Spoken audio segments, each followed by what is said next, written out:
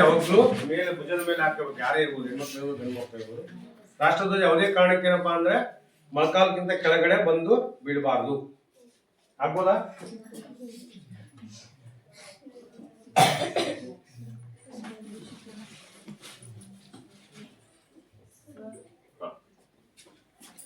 ಈ ತರ ಏನಪ್ಪಾ ಅಂದ್ರೆ ಹಗ್ಗ ಹಾಕಿರ್ತೀವಿ ನಾವು.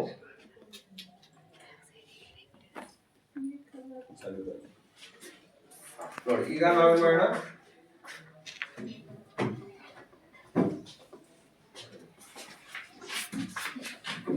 ನೋಡಿ ಈ ತರ ಕೊಂಡಿ ಇರ್ತದೆ ಹೌದಲ್ವಾ?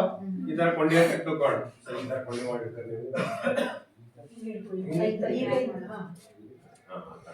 ಸರಿನಾ? ಈ ಕೊಂಡಿ ಯಾವ ಕಡೆ ಇರ್ತದೆ ಕೊಂಡಿ ಮೋಸ್ಟ್ಲಿ ಹಿಂಗೆ ನಾವು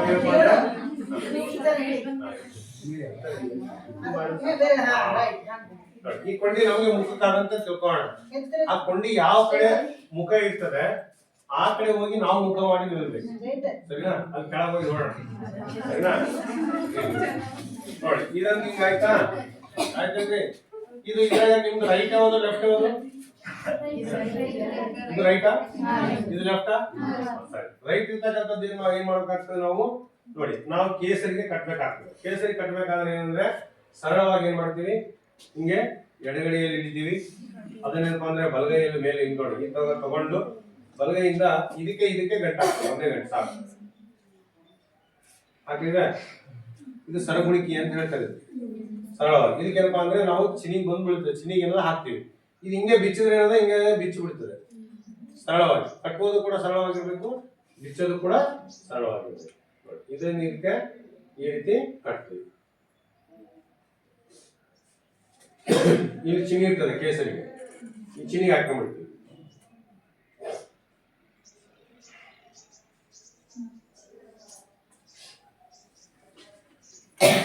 ಆಮೇಲೆ ಇದು ಹಸಿರಿಗೆ ಕಿವಿ ಇರ್ತದೆ. ಸರಿನಾ? ಈ ಕಿವಿಗೆ ಏನ್ ಮಾಡ್ತೀವಿ ನಾವು? 8 ಆಕಾರದ ಗಂಟು ಅಂತ ಹೇಳ್ತೀವಿ. 8 ನಾಟ್ ಅಂತ ಹೇಳಿ. ಇದಕ್ಕೆ ಕೆಳಗಡೆಯಿಂದ ತಗೊಳ್ಳಿ.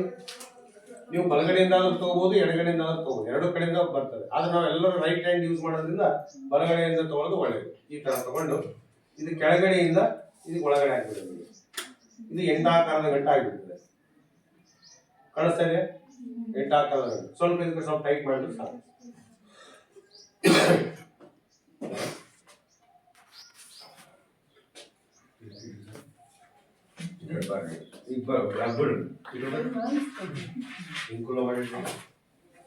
ಫಸ್ಟ್ ಹಿಂಗೆ ಇಡಬೇಕು. ಅದಾದ್ಮೇಲೆ ಏನಪ್ಪ ಅಂದ್ರೆ ನೋಡಿ ಇದನ್ನು ಹಸಿರು ಏನಪ್ಪ ಅಂದ್ರೆ ಮೇಲೆ ಹಸಿರಿ, ಆಮೇಲೆ ಕೇಸರಿ. ಹೌದಾ? ನೀಟಾಗಿ ಯಾರು ಕಟ್ತಾರೆ ಇದು ಮಾಡಿಸ್ತೀರಿ ಅವ್ರು ಇಟ್ಕೋಬೇಕು. ಟೈಟ್ ಆಗಬೇಕು.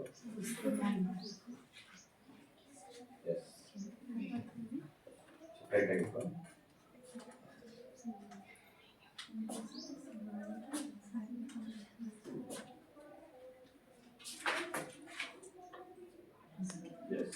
ಇಷ್ಟಾದ್ಮೇಲೆ